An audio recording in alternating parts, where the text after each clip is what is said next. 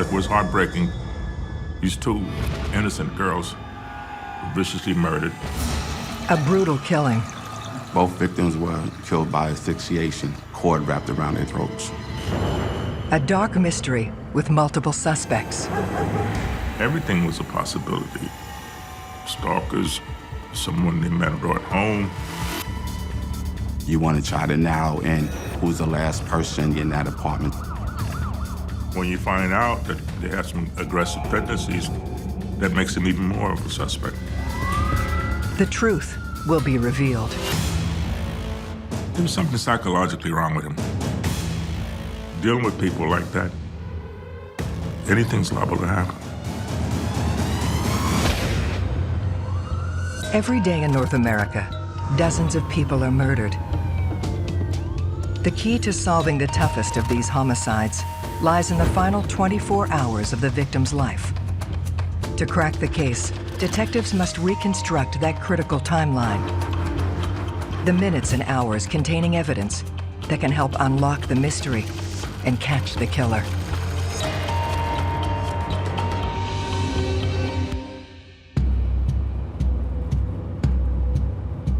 New York, a place where anything can happen and where anyone can become someone. It's a big city with plenty of opportunities. This was the start. If you can't make it in New York, you can't make it anywhere. But behind the glamour lies darkness. West Harlem in 1992. It was during the holiday season coming up, December 19th, close to Christmas, and the call came into the homicide squad. There was a complaint from the woman who lived in the apartment below about the water coming from the apartment above. The super went up to investigate, knocked on the door, no answer. The apartment belongs to 20-year-old Nikki Silas and 19-year-old Brittany Rojas. After not getting any answer, he decided to go from the roof down to the fire escape. And when he looked into the apartment, he seen who he knew as Nikki laying in the bed. He thought she was asleep, so he was banging on the window. Banging hard and got no response, so he forced the window open. And he went to touch her to wake her up and realized she wasn't gonna wake up. She was dead.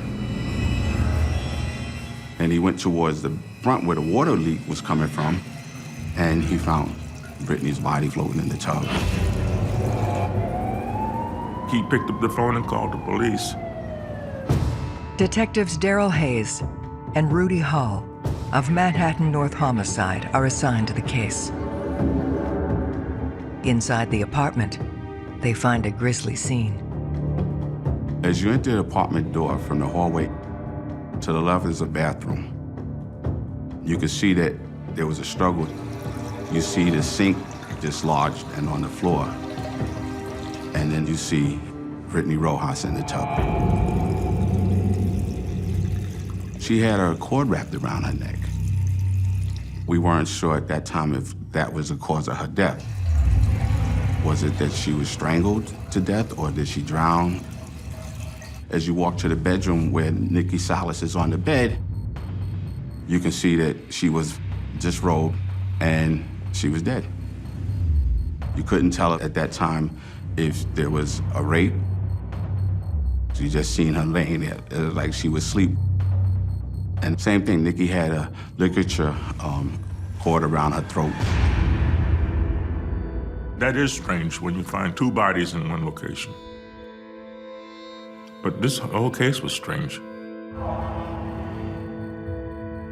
I think they were good girls.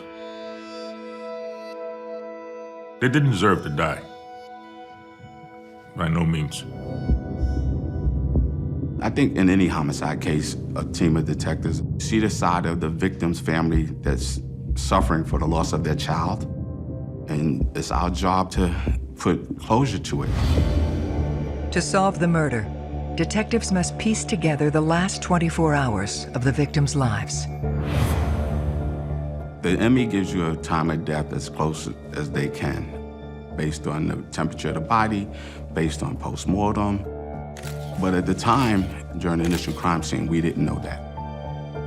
We tried to get noise complaints if anybody heard anything. Tried a timeline of when this water leak started coming into the apartment. We found on the counter there was a receipt.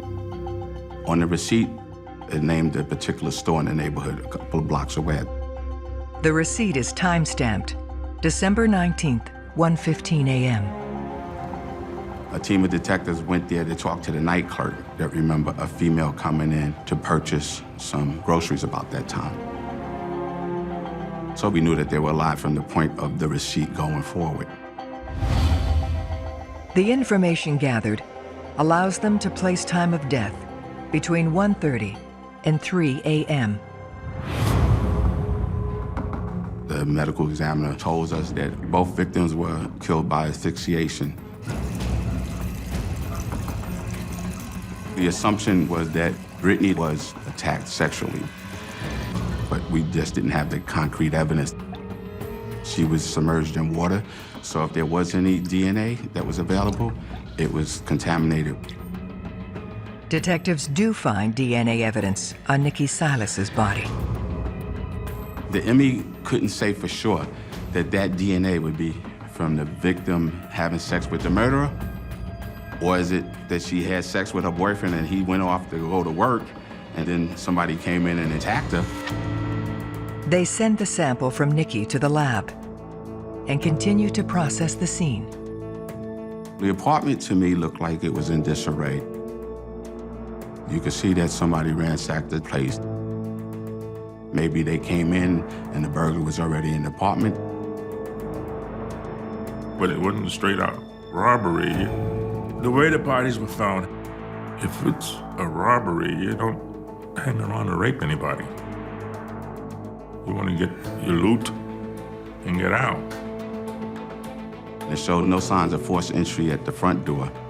So the question comes, okay, then they either had access to the apartment or were allowed in by one or two or both people living in the apartment. Police then discover a handwritten note at the foot of Nikki's bed. It said, train directions to and from Queens to Manhattan, and getting off at the exit closer to their house. We were determining if somebody was visiting the apartment that never been there before, that they needed directions. We didn't know if that was something old or new. You couldn't put a timeline. It didn't have a date. How significant at that time, we couldn't determine. In most instances, a murderer doesn't just kill random people. There's usually a connection. And if there's more than one dead body at a scene, usually the police can determine whether or not the second person was just an accident, essentially, in the wrong place at the wrong time. With no way to know which one was targeted, detectives start to trace both girls' contacts. In most homicide cases, we always request the phone logs. You want to try to narrow in who's the last person that somebody in that apartment spoke to. Then you want to talk to that person or persons and say, well, did they indicate they were having problems with anybody? Normally, you can get them back in a short period of time. Now, keep in mind, this is December 19th. It's close to the holiday season. And at that particular time, they had an active kidnapping homicide case going on. So it delayed the phone records coming back on a timely fashion.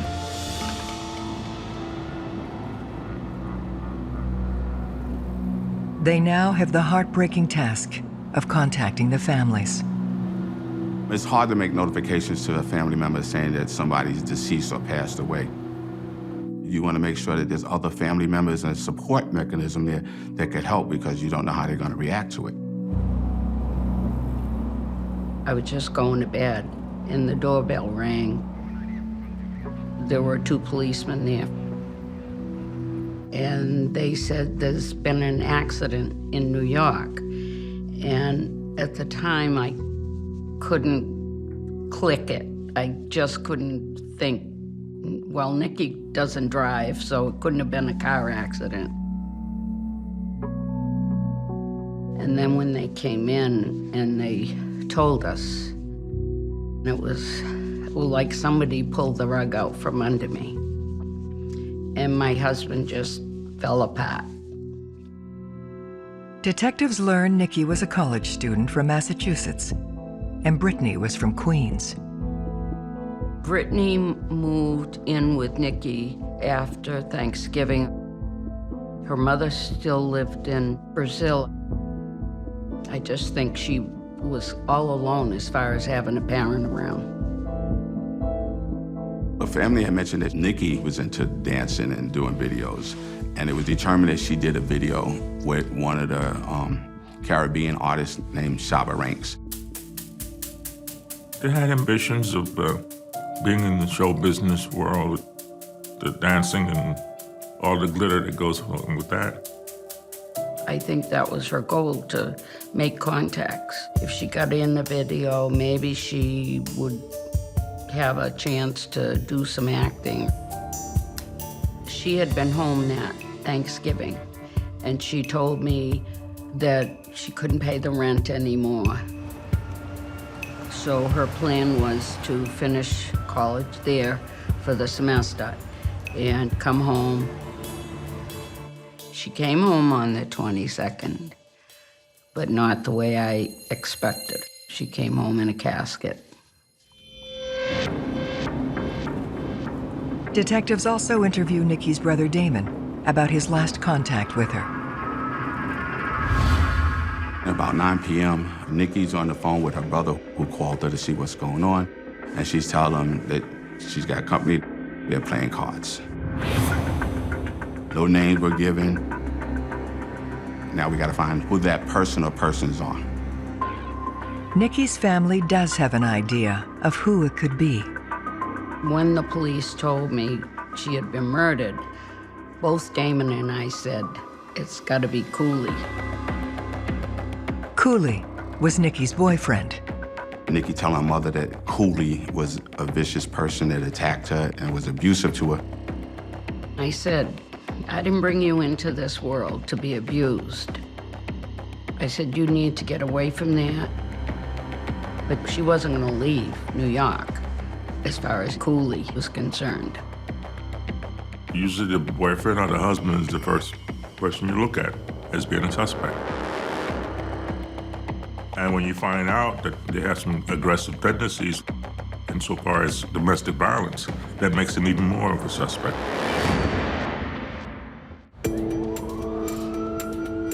A man named Cooley has quickly become a person of interest in the double homicide of Brittany Rojas and Nikki Silas. He had a previous record for domestic violence. He's the prime person you want to find first. We found out that this person worked at the Apollo Theater in Harlem.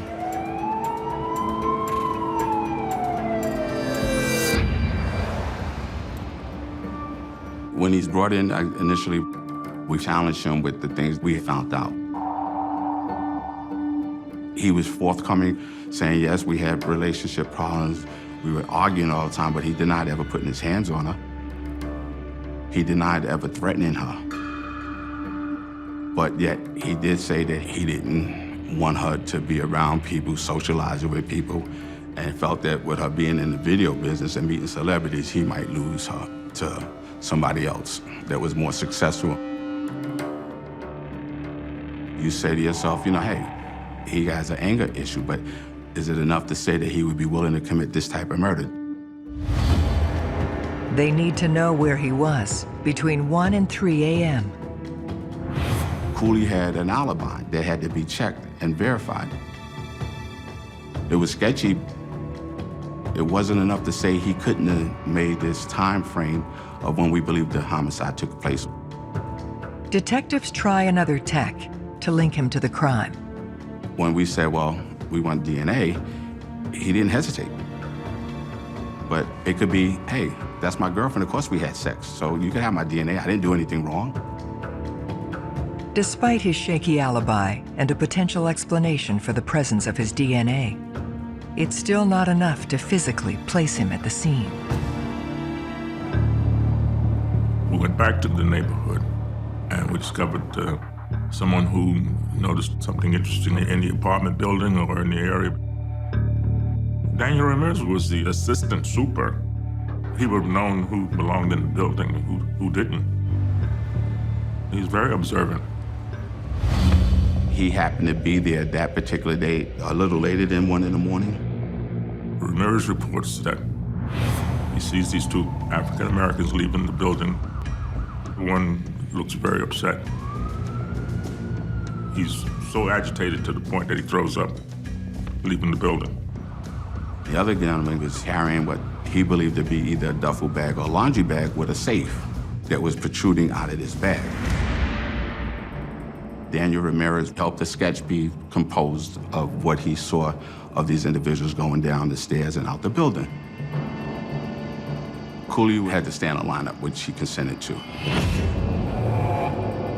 And Mr. Ramirez observed the lineup with Cooley in it, and he did not identify Cooley in the lineup as a person or persons of the two people going out of the building during the time that we believe the homicide occurred. After the interview, the results came in that it wasn't his DNA. That proved to us at that time that he wasn't what caused her death. With Cooley ruled out, detectives revisit the crime scene evidence. They examine letters addressed to Brittany Rojas. We found out that Brittany was in communication with an inmate that was being held at Rikers Island, knowing that he was incarcerated at the time.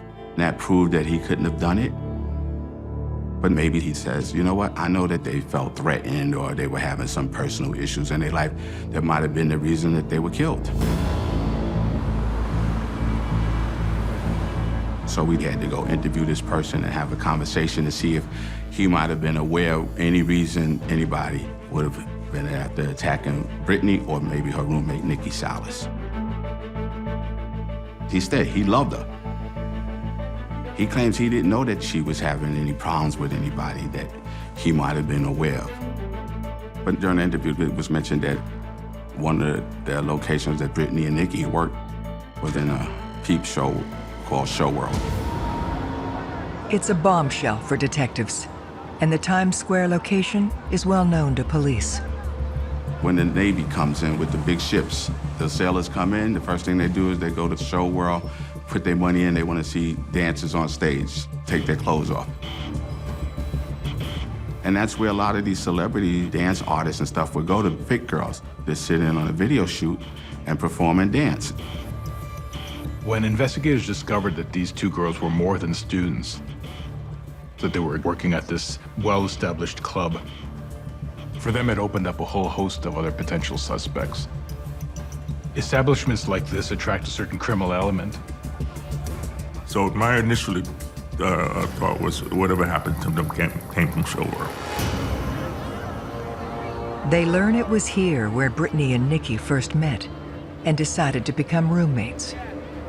Some people believe it's a lot of seedy females that work there, but 90% of the females that do work there are school kids. You know, going to school, trying to support their education. They got a percentage of what slots money came in, and that's how they made their money. It pays well. On an average night, they can make $400 or $500. But while Nikki and Brittany lived on the straight and narrow, many of the customers did not.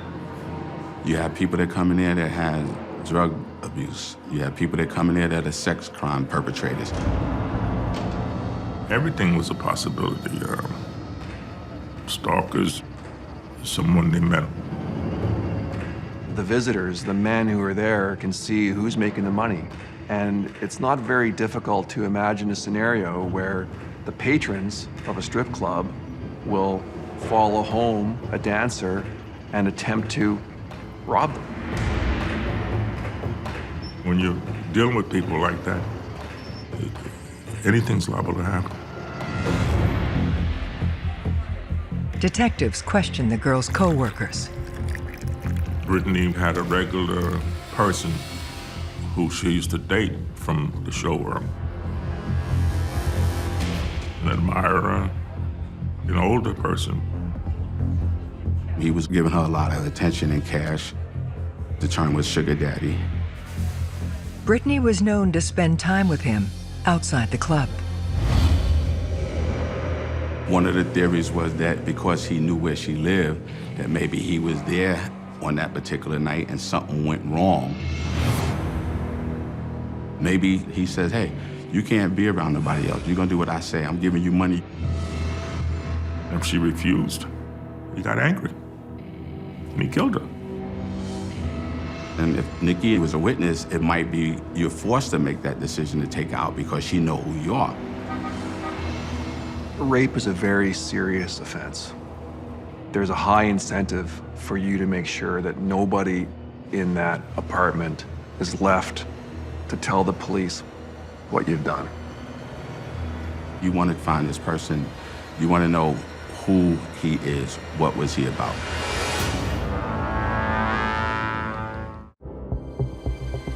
The discovery that a sugar daddy dated murder victim Brittany Rojas has detectives staking out a Times Square nightclub.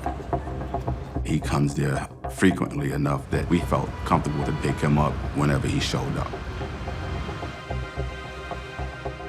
You want to talk to him, try to find out where he was during the night of this particular case. What was his interest in her? Was it solely a sex relation, or was it just, hey, you felt real bad, she's struggling, and you have money, and you just wanted to give her money for her to spend time with you? So the first thing you're looking for is any facial marks, scratches, any indication that they look like they've been in a fight. Because it was a severe fight in there. You know, she put up a struggle. He had no injuries, he didn't show signs. He was really upset that she was dead. When someone's being extremely cooperative with police, it can either be taken in a number of ways. It can be a flag that that person is trying to get their attention away from somebody else. Or it could be that they sincerely want to work with the police to try to get something solved. You ask him a question, he answered it as best he could. I'm not gonna say it was a love relationship, but he really liked her. He felt real bad and said, if there's anything that I could do to help solve this, I'd be willing to. And the alibi that he gave was substantial enough to prove that he wasn't a part of the crime. He couldn't have made it to that location and did what he had to do and get back. His DNA didn't match Nikki's, and he was ruled out.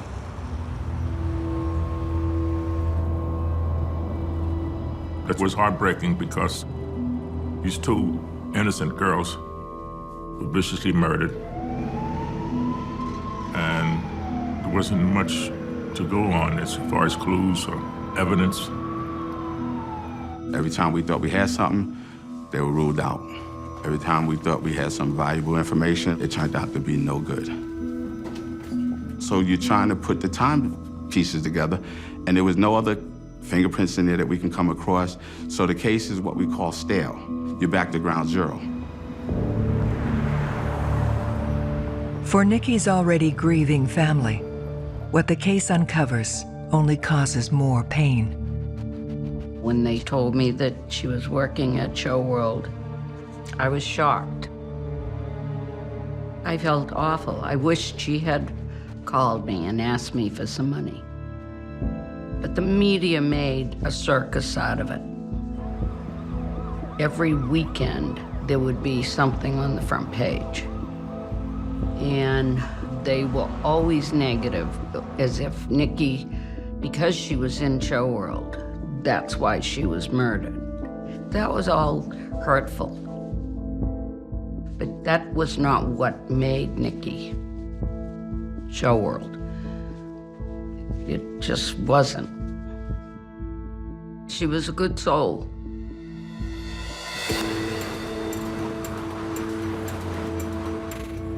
After 2 weeks of waiting, detectives finally received Nikki and Brittany's phone records. We noticed that a phone call was made from the apartment to a number listed in Queens around the time the murders occurred. And we were very curious about what that phone call was about and the substance of it. And keep in mind, we had the directions that was given to how to get to Nikki and Brittany's apartment from Queens. I want to go out and invade people's privacy, find out what they don't want people to know, and get the results, and that's what I do. So we head off to the address where the phone is located. We knock on the door, the female answers, and we announce who we are and why we were there. We had a phone call being made to that apartment.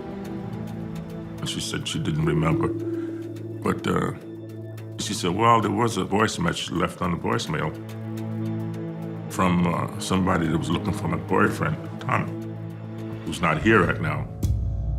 And this person sounded very agitated and excited. And we asked if we could listen to the voice message.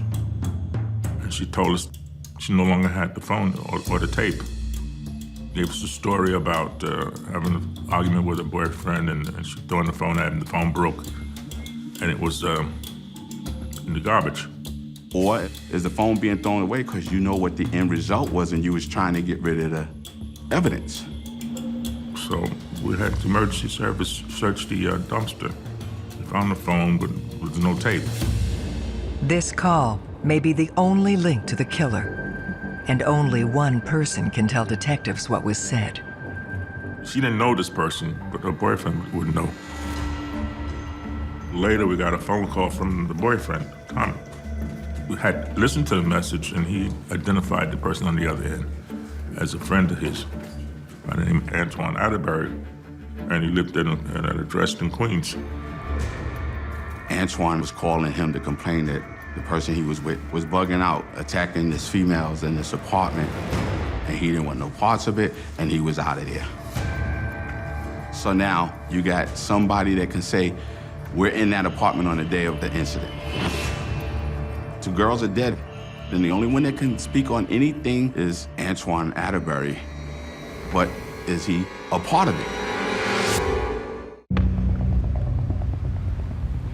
Detectives dig into the background of a potential witness to the brutal murders of Nikki and Brittany.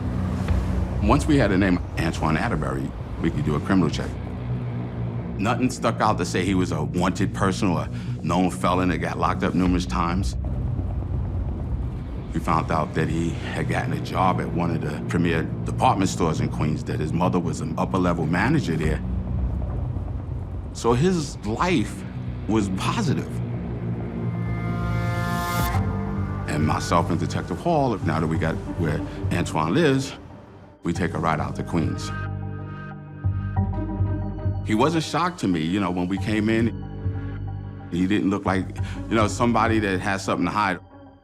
He treated us like gentlemen. I'm a good interviewer, and I'm a good judge of character. It's something that you develop over the years by talking to different people. You can usually tell when someone's hiding something. Detectives ask Antoine about the murders. He first denied knowing that they were killed. He said he didn't hear it or see it on the news.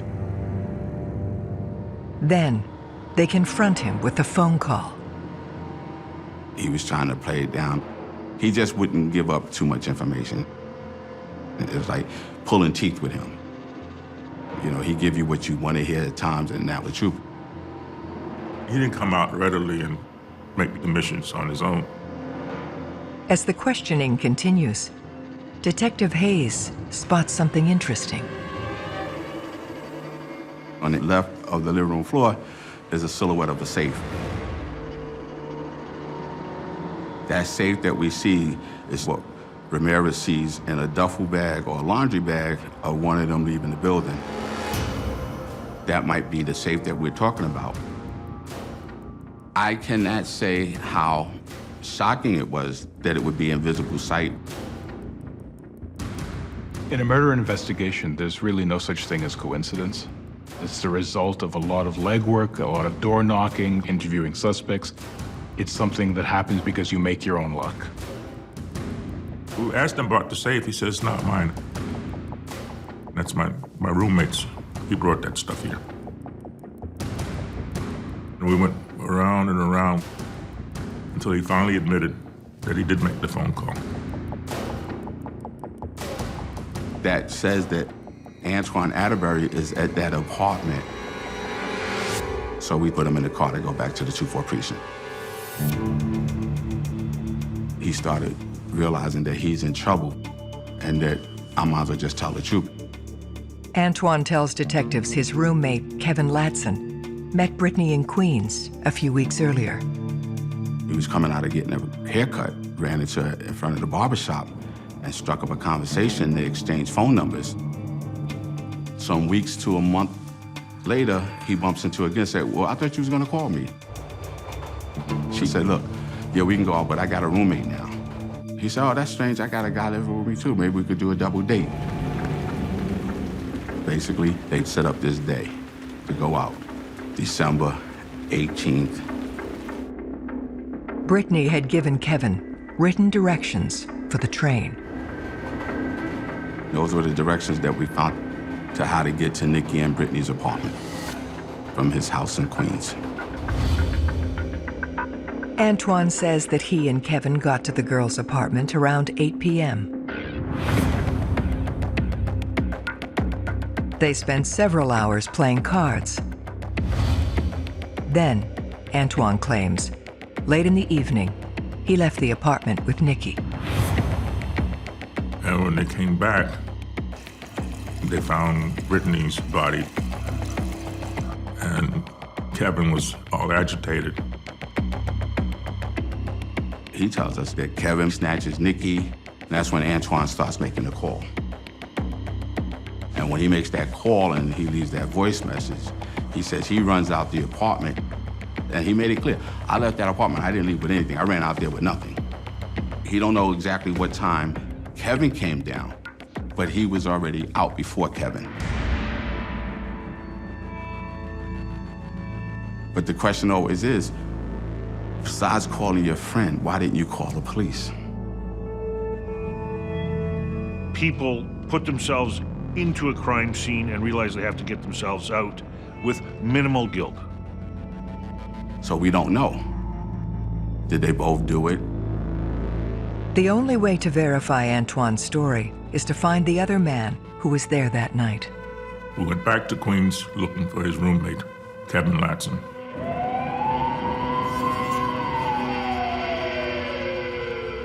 We found him on the street heading toward the apartment. And we scooped him up and brought him back to 24th Precinct. We walked him by Antoine to make sure that they both know that they were both there. Officers will often place someone against the other person.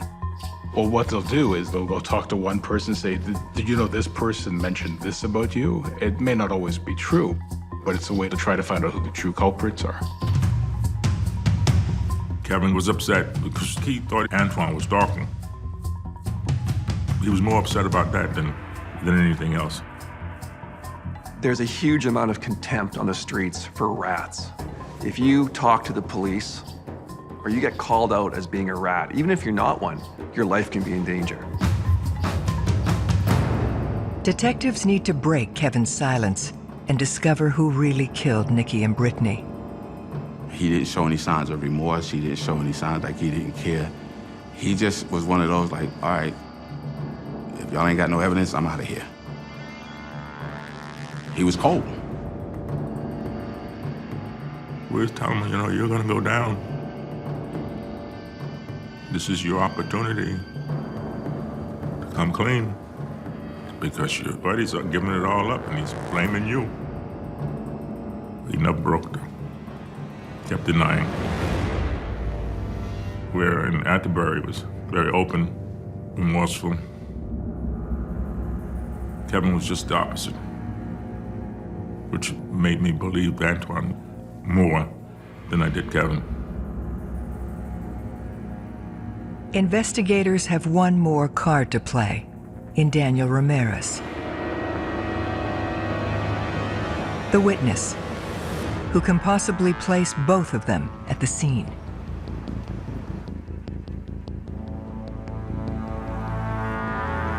It was a positive hit on both of them. Daniel Ramirez says that both Kevin Ladson and Antoine Atterbury were the two people he saw leaving the building. Atterbury with nothing in his hands. and throwing up, looking distressed. And Kevin with the duffel bag with the safe, you could say, wow, that's what we were waiting for. It gave probable cause that we know that both of them were involved at the time of the homicide. This confirms Kevin was outside the building, but it's still not enough to prove which of them did it. They now need something that puts him inside the girl's home. Antoine told us that Kevin Ladson took a lot of music CDs that the girls had in the apartment, jewelry, and one of the biggest things was the coat that Kevin gave this girl, saying he bought it for her for Christmas. Well, once we knew the coat came from the girlfriend, we had her statement saying that she received this coat from him. He was presented with that, but he couldn't deny it because he knows he gave it to her. You would have thought Kevin would have rolled over and said, wait, I didn't do this by myself. I did Nikki, but he did Brittany. And that never surfaced. The only thing I can surmise is that he didn't want to snitch on his friend. We told him, well, we got DNA there, so you might as well tell us the truth. Once police have you in their sights, if you, as a suspect, think you're getting away with murder, you're sadly mistaken.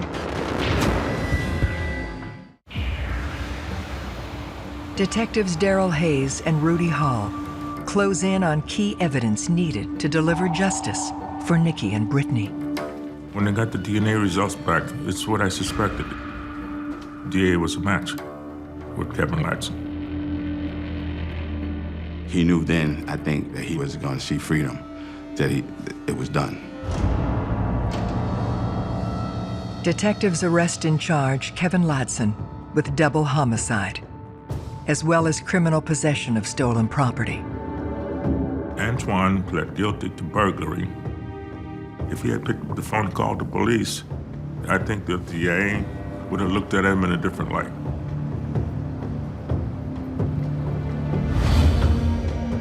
They now know the details behind the last 24 hours of the young women's lives and how a casual date brought them into the orbit of a heartless killer.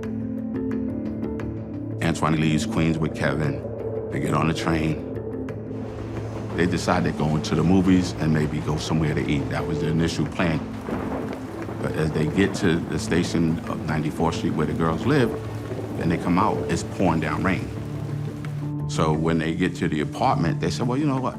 Let's just wait the rain to go past and then we'll go out. So in the meantime, they're socializing, gathering, and it just never stopped. It just kept raining, kept raining. Nikki's on the phone with her brother who called her to see what's going on, and she's telling him that she's got company, they're playing cards. They decide, look, instead of y'all going back in this rain because y'all came through the subway and it's still raining, y'all can stay here tonight. They decide Brittany and Nikki gonna sleep in one room, and Antoine and Kevin will be in another room. It started unraveling when they decided to sleep in separate rooms. So in Kevin's mind, what? We sleep in separate rooms. I don't want to sleep with him, I want to sleep with you, being Brittany. Nikki decides that she's gonna walk her dog, and Antoine Atterbury goes out with her. And Nikki purchased something from a store.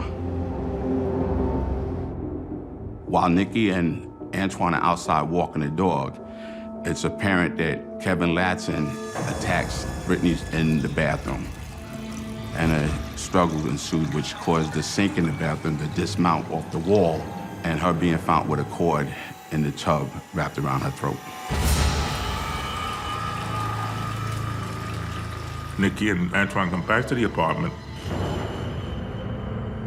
and they find Brittany dead in the bathtub.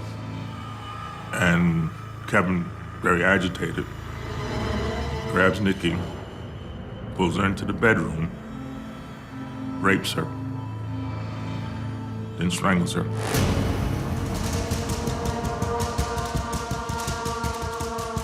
Antoine decides to pick up the phone and call a friend of his out in Queens and tell him that Kevin is bugging out, he's attacking these girls, and I don't want to be a part of it, and I'm out of here. They leave the apartment after taking the safe, some jewelry and some clothing, and they're seen by the super helper, Daniel Ramirez, downstairs, leaving the building. Kevin Ladson was there for sex.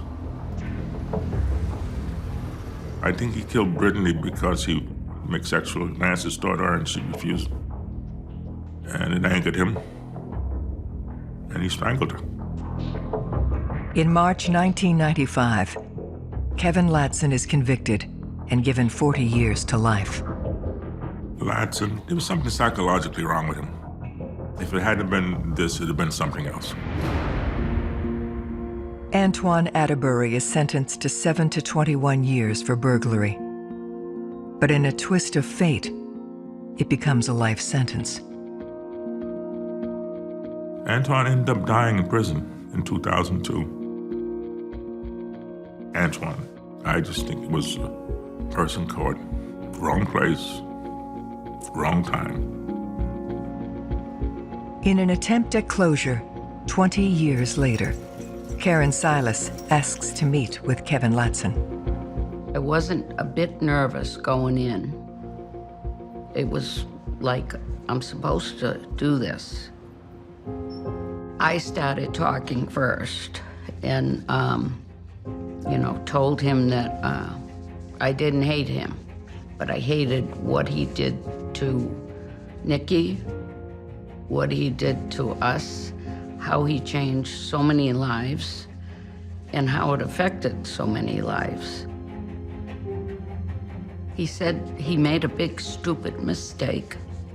He wished he had never done it. He apologized many times for what he did to us.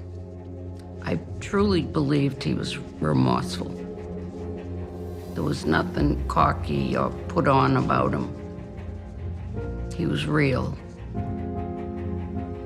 I came out of that prison like someone had taken a weight off my shoulder. In this particular case, after it was all over with, I thought to myself, I said, how sad that they had to come to this fate. Nikki, she'll be young forever. I think about her and think, would she be married? I think about her kids. If she had kids, I miss that that's not going to be. But I still have a lot of blessings. That's what counts. It's not what's missing, it's what you have.